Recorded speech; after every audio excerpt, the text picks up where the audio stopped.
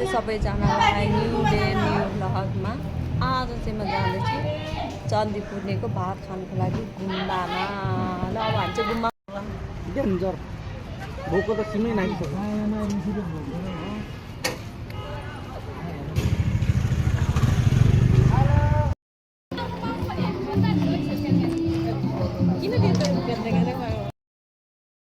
ल ल छिटो छिटो ढोगम त को बाँकी छ।